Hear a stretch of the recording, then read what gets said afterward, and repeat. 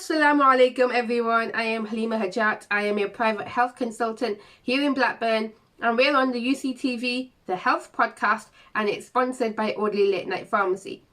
And today I'm going to share with you a few tips on how to lose weight quickly, easily, and that's going to stick. Okay, and this is not something that is about quick fixes or a shortcut or anything like that, because let's face it, you can do that for a short amount of time, but you will find that you will just revert back straight away anyway, right? So it really is about making easy changes that you can stick to that aren't so hard to make adjustments with in your life. So it's, you know, something that if you've already got your own structure and routine, it's just adjusting it slightly so that you can get the benefits of it, right?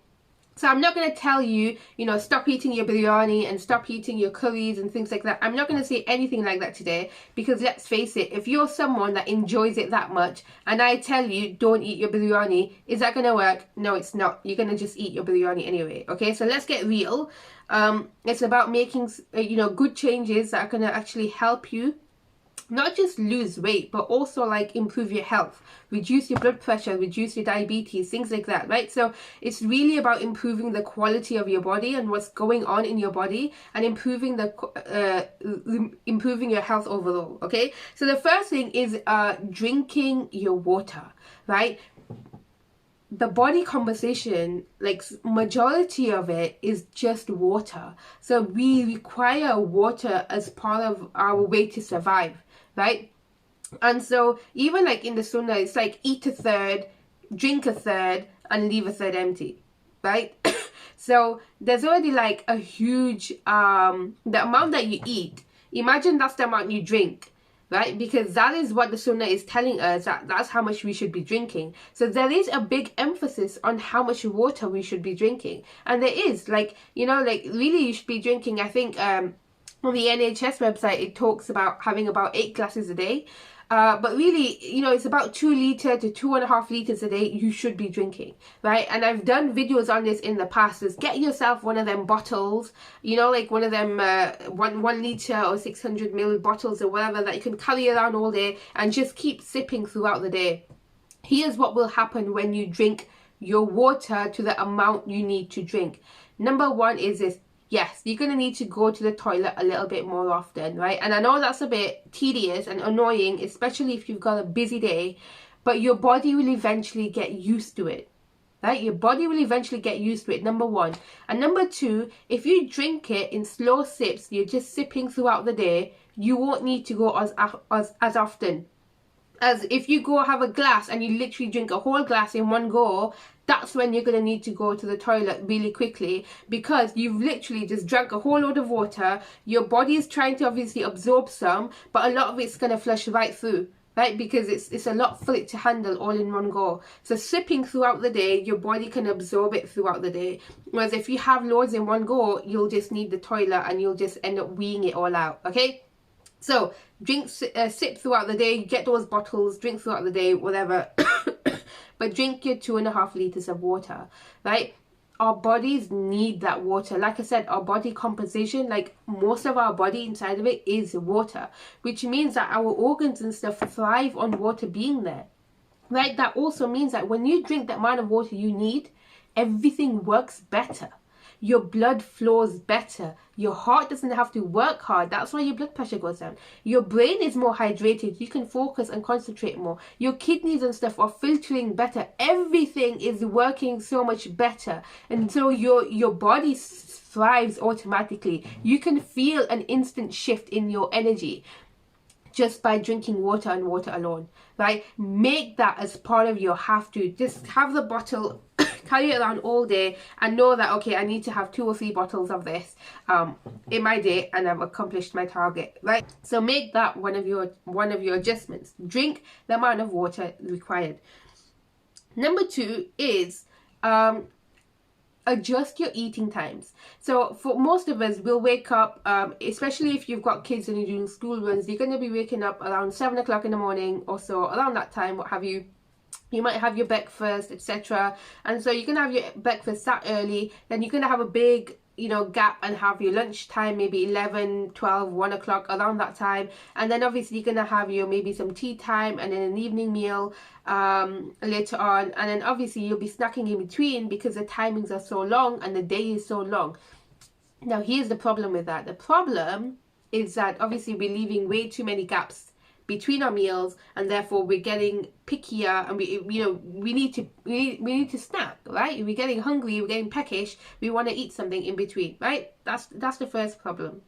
The number two, what happens is we end up eating more than we realize. So we're consuming on calories, we end up having more chocolates and snacks and crisps and what have you, and so we're eating all of this extra stuff that really we could miss out if we had kind of shorter day.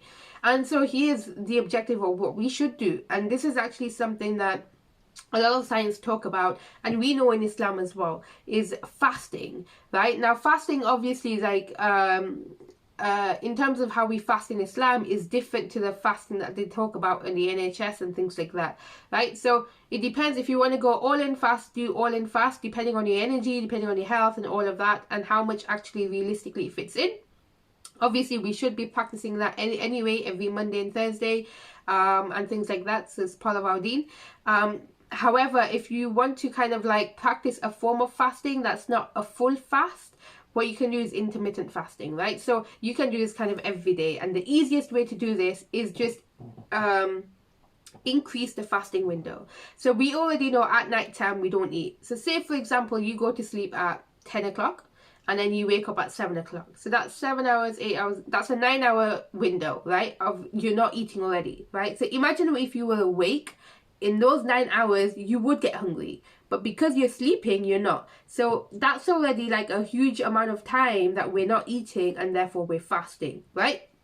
9-hour window, we're already fasting. So the best way to do it is just increase that window. So in the morning when you wake up, you can drink. In intermittent fasting, you can drink. So you can have black tea, black coffee, water, etc. Sorry, I was about to sneeze there. But it's just about not eating. Okay, so you can drink but not eat, and no sugar, nothing like that. It can be herbal tea, it can be normal tea, but it has to be black, no milk, no sugar. Okay, so you can just extend your window. So instead of having breakfast at 7 o'clock in the morning, extend that. So either have it at 9 o'clock or 10 o'clock if you can. Try and shift it as much as you can and actually eat something then. And so that way you've added on a good 2-3 hours. So that 9 hours has now gone to what, 11-12 hour fasting window. And even at night time, you shouldn't be eating in the evening, late in the evening anyway. Sometimes we have this really bad habit of like, come 9 o'clock, 10 o'clock, we'll just sit in front of the TV and we'll pig out and we'll eat snacks and we'll do things. We need to stop having that habit. So we need to stop eating. And so from really about 7-8 o'clock onwards, you shouldn't be eating. And so if you think about it, that's another 2-hour window. So now, out of a 24-hour period, literally half of that or more than half of that time you're fasting. And so you only have like a small hour window to actually eat, right? And so when you're fasting automatically anyway, your body kind of shrinks. So it's already in that shrink mode. So in the morning, yes, you will be hungry, but as long as you've had, a glass of water or something, it can carry on for a little while. Okay, so it's really the more we kind of open that fasting window, the more actually your body is then kind of using all of its stores for that energy, right? It's going to end up burning a lot of the fat, the stored fat, in order to convert it into energy and use it up. And actually that is a really good, clever way to lose weight, to kind of just like, release some of that, reduce your blood pressure, your diabetes, all of that stuff. And actually you'll find also, because that eating window has now gone smaller, so now you're not eating early in 7 o'clock, you're eating like 9-10 o'clock in the morning, and then you're going to finish eating at 8 o'clock, right? There's actually not that much time in between. So you might have 2 meals, you might even have 3 meals, but you won't need to snack as much as in between, because you're still full from the other meal, right? Because it's not been that far, it wasn't that far ago that you actually had your previous meal. And so you'll end up snacking less automatically. And especially if you're keeping up on your water intake, you will feel fine throughout the day, and you won't actually feel that peckish either. And so this is a really, really good way really good way to lose weight easier, in a way that's kind of that you can just adjust your day slightly but just change the way you're eating. Okay, and so one final thing that I want to share with you is actually like the quality of food we eat, right? So a lot of our foods, especially South Asian food, is actually quite healthy for you. You know, we have garlic, ginger, turmeric, you know, coriander, like all of you know, all of these kind of really natural ingredients and spices, and all of that is actually really, really good for us, right? The problem is our oil. Like our sunflower vegetable oil is just really, really bad for you. Really bad for you. So bad that something so nutritious ends up being something so toxic, right?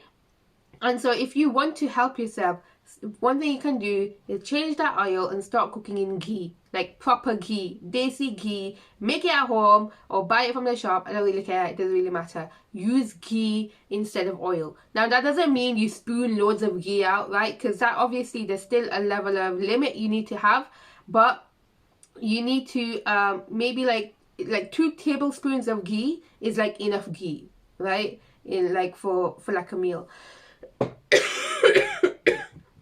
Like to cook for the family of 4 in, that's like more than enough, right? So use enough to do your onions and stuff.